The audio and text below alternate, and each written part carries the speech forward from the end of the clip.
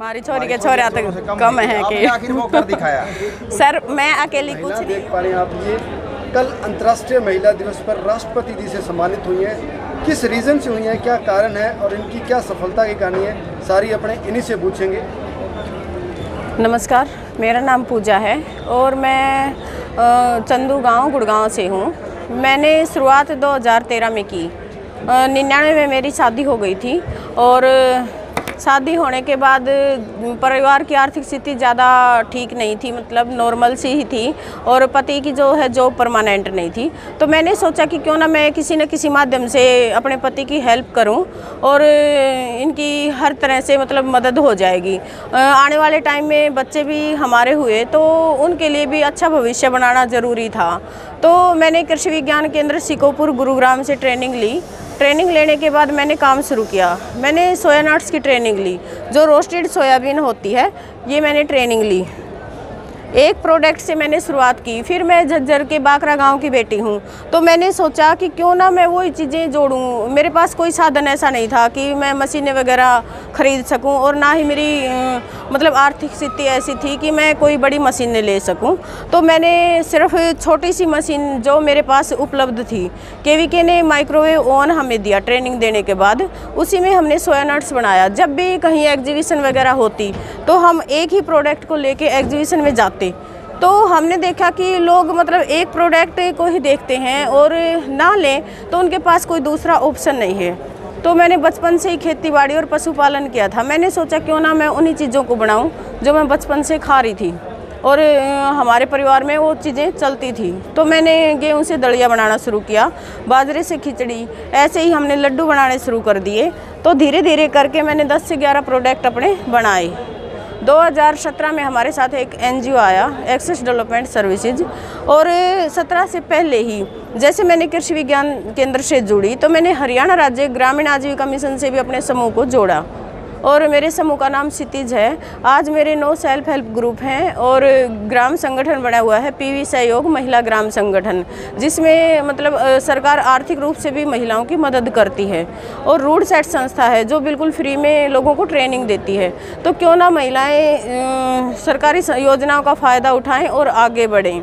तो फिर 2017 में जैसे ही NGO आया तो उसने हमारे यहाँ बेकरी ओवन लगाया और ऐसे बिस्किट कुकीज़ की ट्रेनिंग दिलाई जो आज 5 स्टार होटल में हमारी जाती हैं, मुंबई से शेफ बुला के।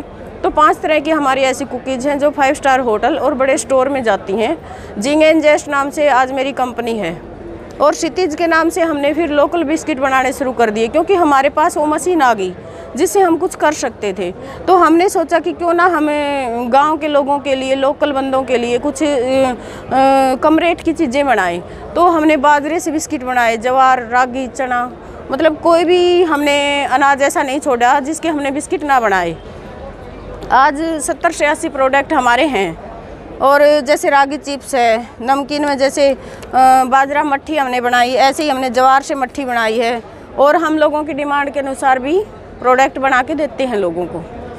तो मैडम आपने इतने महंगे प्रोडक्ट बनाए कि आपने कहा कि 5 स्टार होटलों में चलते हैं। जी जी। तो शुरुआत आपने सस्तों से की या महंगे से की? शुरुआत सस्तों से की, फिर महंगों से की, फिर दोबारा से सस्तों की क्योंकि दुनिया में 2 तरह के लोग हैं, जिसके पास पैसा बहुत है और ऐसे भी लोग हैं जो अपनी कमाई करते हैं और गुजारा ही करते हैं। और मैं भी एक मध्यम वर्गीय परिवार से हूँ, तो मैं उनकी ज़रूरतों को समझ सकती हूँ।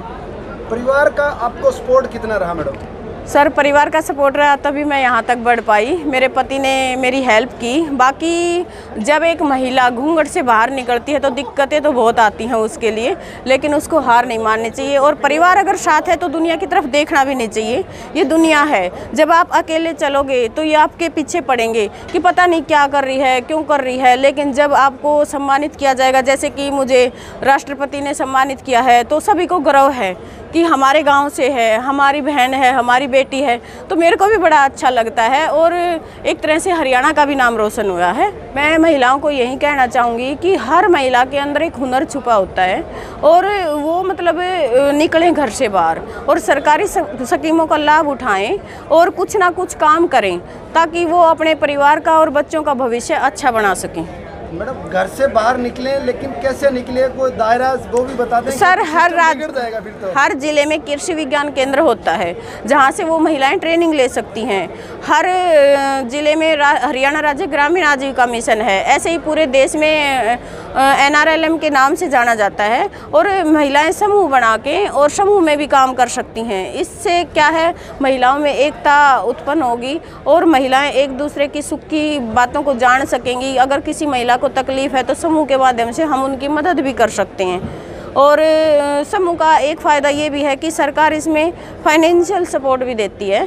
10,000 समूह बढ़ने के 3 महीने बाद मिल जाता है। और जैसे मैंने PV सहयोग ग्राम संगठन बनाया है, ऐसे ही उसमें सरकार ने 9 समूह का 4.5 लाख रुपया अकाउंट में डाला है। आज महिलाएं मतलब किसी के आगे हाथ नहीं फैलाती, वो देने वाली हैं ना कि वो लेने वाली। मेरे साथ जो महिलाएं काम करती हैं, पहले वो खेतों में काम करती थी, आज वो अनपढ़ महिलाएं इंग्लिश बोलती हैं। आज वो अलसी नहीं बोलती, वो फ्लैक्सीड कुकीज़ बोलती हैं। आज वो वनीला एसेंस बोलती हैं। तो मेरे को बड़ा अंदर से खुशी महसूस होती है उनकी बातें सुन के और उनको देख के। तो यही महिला सशक्तिकरण है। और जैसे कि हमारे प्रधानमंत्री जी का भी सपना है कि किसानों की आय डबल कैसे हो, तो मेरा मानना है कि सरकार तो जो करेगी वो करेगी, हमें खुद ही अपनी जिम्मेवारी लेनी पड़ेगी। और ऐसे ही प्रोडक्ट बना के हम मार्केट में अगर देंगे तो किसानों की आय 3 गुना भी हो सकती है। अगर प्रोडक्ट अच्छे हैं, क्वालिटी हमें मेंटेन रखनी पड़ेगी इसके लिए। तो मैडम अभी आपने जिक्र किया to doubling the farmer income, आपको क्या लगता है कब तक ये अचीव हो पाएगा? क्योंकि सरकार पिछले 2 साल से इस चीज़ को लेकर चल रही है। सर सरकार अकेली क्या करेगी? जब तक हमारे किसान भाई महिलाओं का सहयोग नहीं करेंगे, परिवार के सदस्य उनको आगे बढ़ने में हेल्प नहीं करेंगे, तो अगर परिवार उनको सपोर्ट करे, पहले सबसे अच्छा है कि उनको समूह से जुड़े, उसके बाद कृषि विज्ञान केंद्र से वो ट्रेनिंग ले सकती हैं। और इस तरह के मेले लगते हैं हर जगह, जैसे अभी नोएडा हाट सरस मेला लगा है और ऐसे ही मतलब पूसा मेला लगता है। ऐसे हर ज़िले में मेला लगता है, उसमें अपने प्रोडक्ट महिलाएं बेच सकती हैं आराम से और अपना प्रचार प्रसार भी लोगों तक अच्छे से कर सकती हैं। और रूड सेट संस्था भी एक ऐसी संस्था है जहाँ पे लोगों को बिल्कुल फ्री ट्रेनिंग दी जाती है। वहाँ पे कोई पैसा नहीं लिया जाता, उनकी रहने की खाने की व्यवस्था होती है और 50 से ज़्यादा ट्रेनिंग है वो देता है। सेल्फ हेल्प ग्रुप से ही हो पाएगा मैडम, ऐसा ही है? सर देखो, मैं इस में काम करती हूँ, उनके लिए पायदान रहेगा। बाकी बहुत सारे ऑप्शन हैं। बेटियां हैं, उनको अच्छे से पढ़ाओ, पढ़ा लिखा के वो जॉब करेंगी। तो ज़रूरी है कि सभी महिलाएं सेल्फ हेल्प ग्रुप से जोड़ें। अगर हर गांव में ऐसे ऐसे प्रोडक्ट हर महिला बनाने लगी तो उनकी बिक्री कहाँ पे होगी? तो कुछ ना कुछ हटके करें। आज जैसे एक महिला ने बिस्किट बनाए, क्यों ना दूसरी महिला अचार बनाए, क्योंकि बागवानी भी है हरियाणा में, क्यों ना उनका जूस बनाए फलों का, क्यों ना कुछ जैसे ब्यूटी पार्लर का काम है, पशुपालन का काम है। आज मतलब आपने देखा होगा यहाँ पे हम लस्सी को भी अगर रख के बेचेंगे तो वो भी अच्छे से बिकेगी। 20 रुपए का गिलास बेच सकते हैं, 50 का बेच सकते हैं, उसमें मीठा डाल के और अच्छे से दही वगैरह डाल के। तो के अलावा मतलब उनको मार्केटिंग का नॉलेज भी होना चाहिए। बिल्कुल सर, देखो जब तक हम अपने प्रोडक्ट के बारे में नहीं बताएंगे तो लोगों को पता कैसे चलेगा? अब हम खिलाते भी हैं और बताते भी हैं, तभी लोग खरीदते हैं। शुरुआत में दिक्कत होती है। बधाई, आपने इस जो राष्ट्रपति अवार्ड से आप सम्मानित हुई। लास्ट में आपने चीज़ जो आज तक हमने सिर्फ फिल्मों में सुनी थी, दंगल में जैसे एक चीज़ आपने देखी, हमारी छोरी के छोरे तक कम है कि आखिर वो कर दिखाया। सर मैं अकेली कुछ नहीं हूँ और ये बधाई की पात्र भी मेरी बहनें हैं जिन्होंने मेरा सहयोग किया। और ये जो KVK का हमारा स्टाफ है, इन सब का सबसे बड़ा हाथ है। मैं अकेली कुछ नहीं कर पाती। और मेरे को तो एक सपना लगता है कि राष्ट्रपति से मेरा सपना था कि मैं मोदी जी से कभी मिलूं, लेकिन मैं जब हकीकत में मिली तो मेरे को यकीन नहीं हुआ और बड़ा ही अच्छा लगा यहाँ तक पहुँचना। मैं झज्जर के बाकरा गांव की बेटी हूं, तो उस गांव से यहां तक का सफ़र रहा तो संघर्ष भरा, लेकिन कामयाबी मिली और आज मैं बहुत खुश हूं। धन्यवाद आपको इस कामयाबी के लिए और आपका कीमती समय देने के लिए आपको बहुत बहुत धन्यवाद। Thank you sir.